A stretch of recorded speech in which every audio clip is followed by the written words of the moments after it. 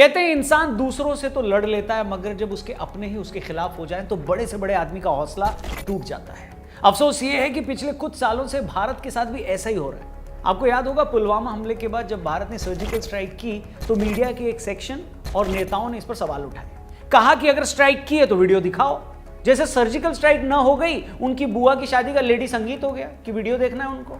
हमारे फौजियों ने गलवान में चीन को सबक सिखाया, तब भी कुछ चमन चंपुओं को इस पर यकीन नहीं हुआ। वो कह रहे थे कि तब तक नहीं मानेंगे जब तक कि जिनपिंग खुद उन्हें फोन करके ना बता दे। और जब 2020 में कोरोना आया तब भी लोगों ने कहा कि भारत जैसा देश इससे नहीं निपट पाएगा, इंडिया कांट डू इट। हमने जब वैक्सीन बनाने की कोशिश की तो उसका मजाक उड़ाया गया। फाइजर जैसी कंपनियों की वैक्सीन न लेने के लिए सरकार को गाली दी गई। आगे चलकर फाइजर वैक्सीन दुनिया का सबसे बड़ा फ्रॉड साबित हुई और अपने ही लोगों की टांग खींचने के बीच भारत दुनिया का सबसे बड़ा वैक्सीन हब बनकर सामने आया। 2 billion doses hit the 200 crore vaccination. 200 crore vaccine हम लगा चुके हैं। हमने अपने यहाँ तो 200 करोड़ लोगों को वैक्सीन लगाई, दुनिया के 100 देशों को कोरोना की 30 करोड़ वैक्सीन भी दी।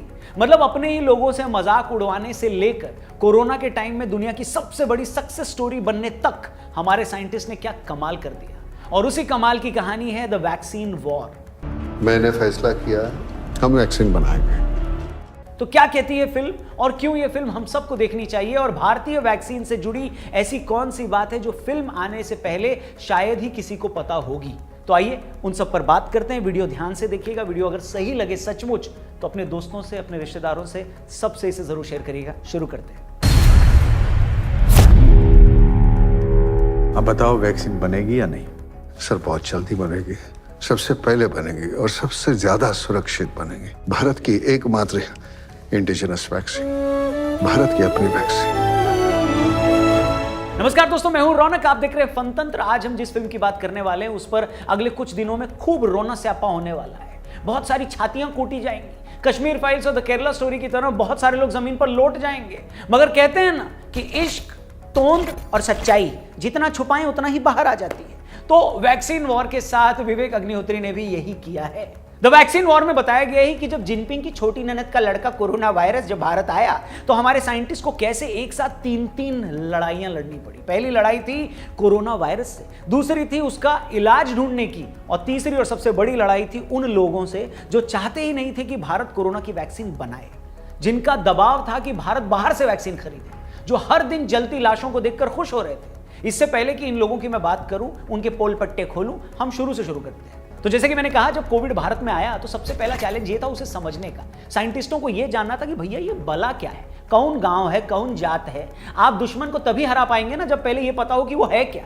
क्रिकेट की जुबान में कहें तो ये स्पिनिंग ट्रैक पर कुलदीप यादव को खेलने जैसा है। उस पर चौका छक्का तो बाद में लगाएंगे, पहले तो ये समझना पड़ेगा कि इसकी बॉल टप्पा खाने के बाद अंदर आएगी, बाहर जाएगी, या टॉप स्पिन होकर सीधी आ जाएगी। तो भारतीय साइंटिस्ट ने कोरोना वायरस को समझने के लिए सबसे पहले उसे आइसोलेट किया। इसके बाद अगला चैलेंज था वैक्सीन बनाने का। अब वैक्सीन कोई गोभी का पराठा तो है नहीं कि मम्मी ने रसोई में गोभी कद्दूकस करके आधे घंटे में बना दिया। आमतौर पर किसी भी वैक्सीन को बनने में सालों लग जाते हैं। कई सालों तक जानवरों पर उसका ट्रायल होता है, फिर ह्यूमन ट्रायल होते हैं, उसके बाद वैक्सीन अप्रूव होती है। मगर कोरोना के टाइम में ऐसा कुछ नहीं था। सरकार का ऑर्डर था कि वैक्सीन बनानी है तो बस बनानी है। सालों की इस प्रोसेस को कुछ महीनों में करना था। अच्छी बात यह है कि राइटर डायरेक्टर विवेक अग्निहोत्री ने कहीं भी चीजों को डम डाउन करने की कोशिश नहीं की, और मुझे ये चीज अच्छी लगी। अगर कोई साइंटिफिक प्रोसेस है या टर्मिनोलॉजी है तो उसे वैसे ही बताया गया है इस फिल्म में। साइंटिस्ट के सामने जो चैलेंजेस थे उसे वैसे ही दिखाया है। जिस जिस लेवल पर प्रॉब्लम्स थी वो सब कुछ बताया गया, और ये सब बताते हुए ये भी दिखाया गया है कि सब कुछ एकदम से नहीं हो गया। सच कहूं तो मूवी में जब साइंटिस्ट को वैक्सीन बनाने के लिए स्ट्रगल करते देख रहा था, और ये देख रहा था कि उनमें से कितने लोग उस टाइम कई दिन तक घर नहीं गए, अपने कई दिनों तक सोए नहीं थे, माएँ अपने 7-8 साल के बच्चों से मिल नहीं पाई थी, और उनके इतना एफर्ट लगाने के बाद भी जब कोई उन्हें रिजल्ट नहीं मिला तो आप समझ सकते हैं कि उन पर क्या बीत रही होगी। We are all going to die. We are all going to die, and I know it. We are not going to die, girls. We are scientists. You know? आप इसे यूं समझ सकते हैं कि जब कोविड आया और इतनी तेजी से फैल रहा था तो हर आदमी इस प्रेशर में था कि यार मेरे फैमिली मेंबर में से किसी को कोरोना ना हो जाए।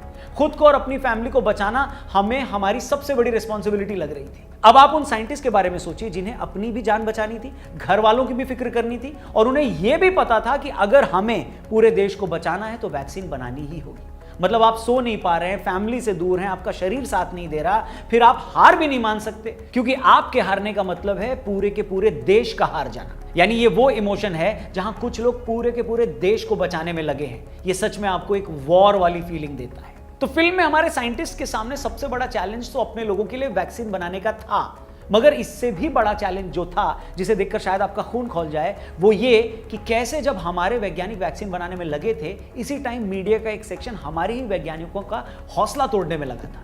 उनकी हरकतें देखकर आप ये सोचने पर मजबूर हो जाएंगे कि कुछ लोग अपनी पॉलिटिकल हेट में इतने अंधे कैसे हो सकते हैं कि वो देश के ही फेल हो जाने की बद्दुआ करने लगे।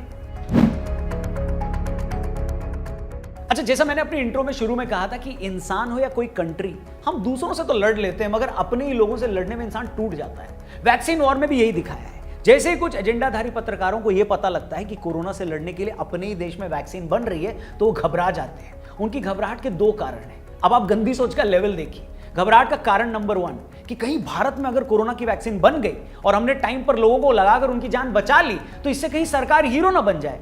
मतलब फिल्म में जो प्रोपेगेंडा जर्नलिस्ट रोहिणी सिंह दिखाई गई हैं, वो बाकायदा ये बोल रही है, उनका एक डायलॉग है कि राजा को हारना चाहिए, फिर चाहे कुछ भी हो। इतना ही नहीं, फिल्म में जो सबसे खतरनाक एंगल दिखाया गया है वो ये कि कैसे इंटरनेशनल फार्मा कंपनियों को जब ये पता लगता है कि भारत में कोरोना वैक्सीन बनाई जा रही है, तो वो रोहिणी सिंह जैसे जर्नलिस्ट से कहते हैं कि तुम इसके खिलाफ लिखो, तुम लोगों को ये बताओ कि कैसे इंडियन वैक्सीन सब स्टैंडर्ड होगी, लोगों में डर फैलाओ। इतना ही नहीं, ये फार्मा कंपनियां बाकायदा एक टूल किट देती है जिनमें साफ साफ लिखा होता है कि कैसे इंडियन वैक्सीन को लेकर या कोविड हैंडल करने को लेकर इंडियन सरकार के खिलाफ आर्टिकल लिखे जाएंगे। फिर कुछ जर्नलिस्ट उन आर्टिकल को कोट करके ट्वीट करेंगे, फिर कुछ इन्फ्लुएंसर्स और सेलिब्रिटीज उस पर रिएक्ट करेंगे। इस तरह वैक्सीन के खिलाफ पूरा एक नैरेटिव सेट किया जाएगा। फिल्म में कई बार दिखाया गया है कि एक लॉबी की तरह ये लगातार एक प्रेशर बनाया जा रहा था कि भारत सरकार फाइजर से वैक्सीन क्यों नहीं ले रही है। ये लोग कभी इस बात का जिक्र ही नहीं करते कि कैसे फाइजर भारत सरकार के रूल्स नहीं मान रही है। वो अपनी वैक्सीन से होने वाली मौतों की जिम्मेदारी लेने को तैयार नहीं है, अपना डेटा शेयर करने को तैयार नहीं है, भारत में ह्यूमन ट्रायल करने को भी तैयार नहीं है। उस वैक्सीन को स्टोर करने के लिए -70 डिग्री तापमान चाहिए, जो भारत के पास नहीं है। वो जर्नलिस्ट इनमें से कोई बात जनता को नहीं बताते। ये एक लॉबी बार बार मीडिया में सिर्फ यही बात बोलती है कि सरकार अपनी ईगो में फाइजर की वैक्सीन नहीं ले रही। और आज दोस्तों, जब फाइजर वैक्सीन दुनिया का सबसे बड़ा फ्रॉड प्रूव हो गई, तो यह साबित हो गया कि उस वक्त इस वैक्सीन को भारत में न आने देने का फैसला कितना सही था। फाइजर ये वैक्सीन अवेलेबल है मार्केट में, दुनिया की बहुत सारी सरकारें उनको खरीद रही हैं, खरीद चुकी हैं, मंजूरी दे चुकी हैं। आप अभी मंजूरी देने में अटके हुए हैं, इनको मंजूरी दीजिए।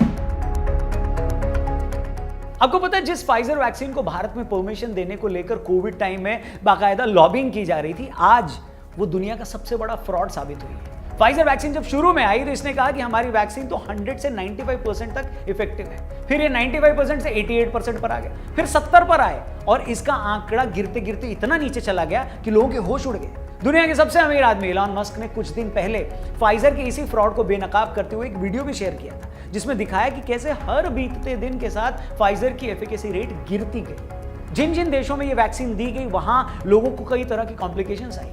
कहीं वैक्सीन लेने वालों को लकवा मार गया, कहीं हार्ट में सूजन आ गई। इंग्लैंड में 36 साल की एक लेडी की वैक्सीन लेने के 11 दिन बाद मौत हो गई। न्यूजीलैंड में एक 26 साल का लड़का मर गया। जापान, कोरिया, अमेरिका जैसे जिन जिन देशों में सबसे ज्यादा फाइजर वैक्सीन दी गई, उन देशों में वैक्सीन लेने के बाद भी लाखों लोग कोरोना वायरस से इंफेक्टेड हुए और हजारों की तो जान चली। इस साल फाइजर के सीईओ दावोस में वर्ल्ड इकोनॉमिक फोरम के कार्यक्रम में भाग लेने अपने प्राइवेट जेट से गए थे, तो इंडिपेंडेंट जर्नलिस्ट ने सरेआम उनकी धज्जियां उड़ा दी थी। You said it was 100% effective, then 90%, then 80%, then 70%. But we now know that the vaccines do not stop transmission. Why did you keep that secret? इसीलिए मैंने कहा कि फाइजर वैक्सीन दुनिया के इतिहास का सबसे बड़ा फ्रॉड थी, और भारत में कुछ पॉलिटिशियंस, जर्नलिस्ट, सेलिब्रिटीज भारत सरकार की इस बात पर आलोचना कर रहे थे कि हम फाइजर से ये फ्रॉड खरीद क्यों नहीं रहे। आप ही सोचिए, दुनिया के 181 देशों ने फाइजर से 400 करोड़ वैक्सीन की डोज खरीदी। उसने एक साल में 3 लाख करोड़ रुपए की वैक्सीन बेच दी। उसका प्रॉफिट 75,000 करोड़ से बढ़कर 2 लाख करोड़ हो गया। उनका टोटल रेवेन्यू 6,65,000 करोड़ से बढ़कर 8,22,000 करोड़ हो गया। उसका शेयर प्राइस इंडियन करेंसी में अगर बोले तो 2200 रुपए से 4200 रुपए हो गया। और 1.5 साल बाद हमें ये पता चल रहा है कि जिस चीज के लिए दुनिया ने लाखों करोड़ों रुपए खर्च कर दिए, उसका सक्सेस रेट तो 20% भी नहीं है। अब जरा सोच कर देखिए, इस एक लॉबी के प्रेशर में अगर सच में हमने भी फाइजर वैक्सीन भारत में आने दी होती, उसी फाइजर के भरोसे हम अपनी वैक्सीन डेवलप करने पर ध्यान नहीं देते तो कितनी बड़ी तबाही हो सकती है। आरोप लगे एक स्टिंग ऑपरेशन के जरिए दावा किया गया कि अपनी जेब भरने के लिए फाइजर कोरोना वायरस से छेड़छाड़ करने की कोशिश में, ताकि वायरस बेहद जानलेवा हो जाए और कंपनी कोरोना का नया टीका बना सके।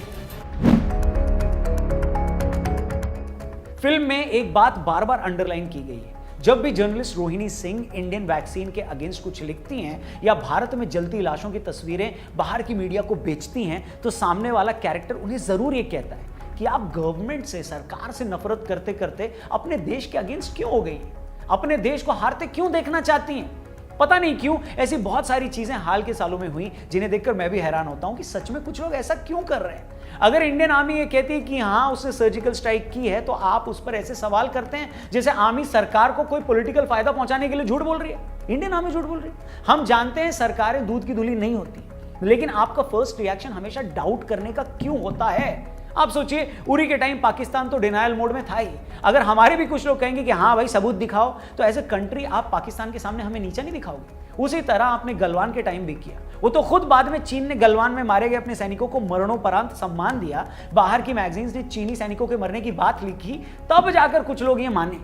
G20 की बात करते हैं। G20 की मेजबानी जब भारत को मिली तो बजाय ये सोचकर खुश होने के कि भारत ने हाल फिलहाल में इतने बड़े इवेंट को होस्ट नहीं किया, कुछ लोग इस बात का मजाक बना रहे थे कि भाई देखो भारत मंडपम के एक पंडाल में पानी इकट्ठा हो गया। मैं पूछता हूं आपसे, अगर आपके घर में कोई गेस्ट आए और कुछ गड़बड़ हो जाए तो आप घर वालों की हेल्प करोगे, इस बात पर दुखी होंगे, या दूसरे कमरे में बैठकर अपने ही माँ बाप का मजाक उड़ाओगे कि देखो बढ़िया हुआ, ये लोग खुद को ज्यादा ही होशियार समझते थे, हो गई ना गड़बड़। भाई लोग, इंडिया से बाहर जब आप जाओगे ना, तो दुनिया आपसे ये नहीं पूछने वाली कि तुम राइट विंग हो, लेफ्ट विंग हो, तुम केरल से हो या पंजाब से हो या मुंबई से हो। भारत के बाहर आप पूरी दुनिया के लिए सिर्फ भारतीय हो। इसलिए भारत का किसी भी फील्ड में अच्छा या बुरा करना सरकार की तारीफ या बुराई नहीं, 140 करोड़ भारतीयों की तारीफ और बुराई है। मगर पता नहीं क्यों कुछ लोग अपनी नफरत के हाथों इस कदर मजबूर हैं कि वो नेता को हारते देखने के लिए देश को गिरते देखना भी मंजूर कर लेंगे। और द वैक्सीन वॉर फिल्म उसी अफसोसजनक सच को दिखाती है। अच्छा, इस पॉलिटिकल एंगल के अलावा जो चीज जानकर सच में खुशी हुई और जिसका जिक्र मैंने स्टार्टिंग में किया, वो ये कि ICMR और NIV की जिस टीम ने कोवैक्सीन बनाई, उसमें 70% महिलाएं थी। आम घरेलू महिलाएं जो आपकी और हमारी मां की तरह सूट साड़ी पहनकर ऑफिस जाती थी, घर पर बच्चे भी संभालती थी, ऑफिस में बॉस की डांट भी खाती थी, जो परिवार से दूर होने का दर्द भी सहती थी, थक हार कर रोती भी थी, मगर अगेंस्ट ऑल ऑड्स इन्हीं महिलाओं ने वैक्सीन बनाकर पूरे देश को बचा भी लिया। इसलिए मेरी आप सबसे गुजारिश है कि अगर आपके घर छोटी बच्ची है, अगर आप मैरिड हैं या गर्लफ्रेंड भी है आपकी, तो उन लोगों को थिएटर ले जाकर ये फिल्म जरूर दिखाएं। पॉलिटिक्स को साइड में भी रख दें, लेकिन वैक्सीन बनाने में हमारी नारी शक्ति के इस रोल के लिए उन्हें ये फिल्म जरूर दिखानी चाहिए। बाकी आपने अब तक ये फिल्म देखी या नहीं देखी, कमेंट करके जरूर बताइएगा। वीडियो अगर सही लगी हो तो प्लीज इसे और भी लोगों तक पहुंचाइएगा, शेयर जरूर करिएगा। फेसबुक पे देख रहे हो तो पेज को लाइक करिएगा, यूट्यूब पर देख रहे हो तो हमारे चैनल को सब्सक्राइब करिएगा। अपना ख्याल रखिए, जल्दी मिलते हैं। जय हिंद, जय भारत। हम लोग इतनी सारी औरतें क्यों? Because we are brave. We can do it.